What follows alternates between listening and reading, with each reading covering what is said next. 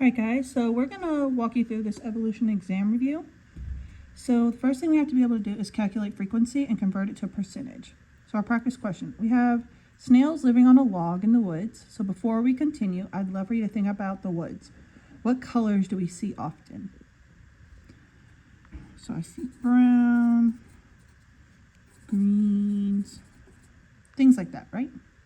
So the total snail population that we're looking at is going to be 150 snails. That's our total.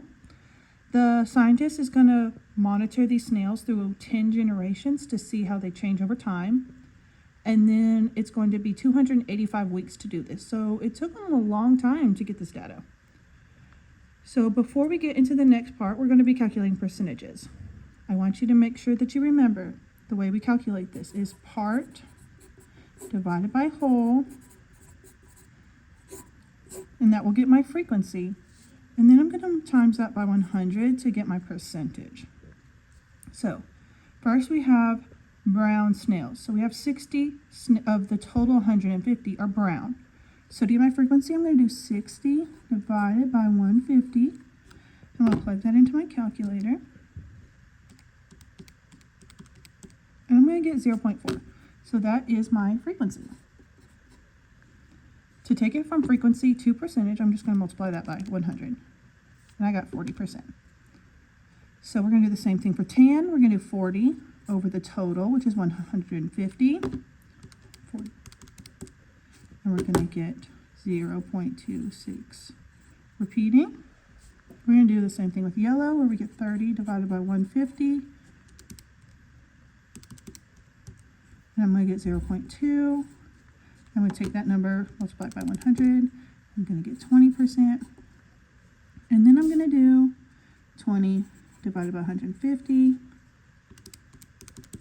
I'm going to get 0.13 repeating. I'm going to multiply that by 100, and I'm going to get 13%. So next we have to graph that data. So I'm going to have a column for brown, tan, yellow, and white, and that's going to be, excuse me, the color of snail. And then we're going to do percentages on the side. So percentage of population, and I'm going to go by tens. So 10, 20, 30, 40, 50, 60, 70, 80, 90, and 100. Okay, so now I have to do a bar for each one. So brown is 40%, so I'm going to draw up to 40. Got a bar.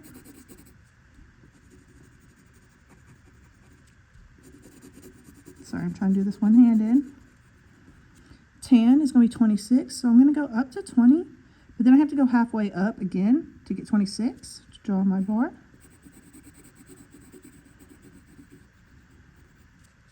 Yellow is at 20, so here. And then white is 13, so I go up to 10, slightly over, and I get my 13%. All right, so that is the first page. So now we're going to go to the next page.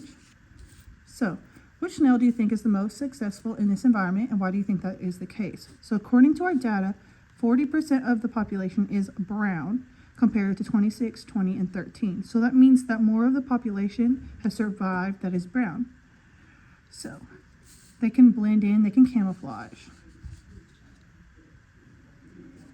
The next question we have, what is the cause for the different colors? So in order to get variations of a trait, there has been some sort of genetic mutation. Next, if the snails are moved to different locations, how might selective pressures change their fitness, their ability to survive and reproduce offspring? So if my brown snail, which has been very successful in a brown environment because they can blend in, if they are moved to some sort of white area, they're no longer going to be able to blend in. So just like our rock pocket mice, the white ones on the black lava could not blend in, and the selective pressure of the predator could kill them immediately. So their ability to survive is going to decrease.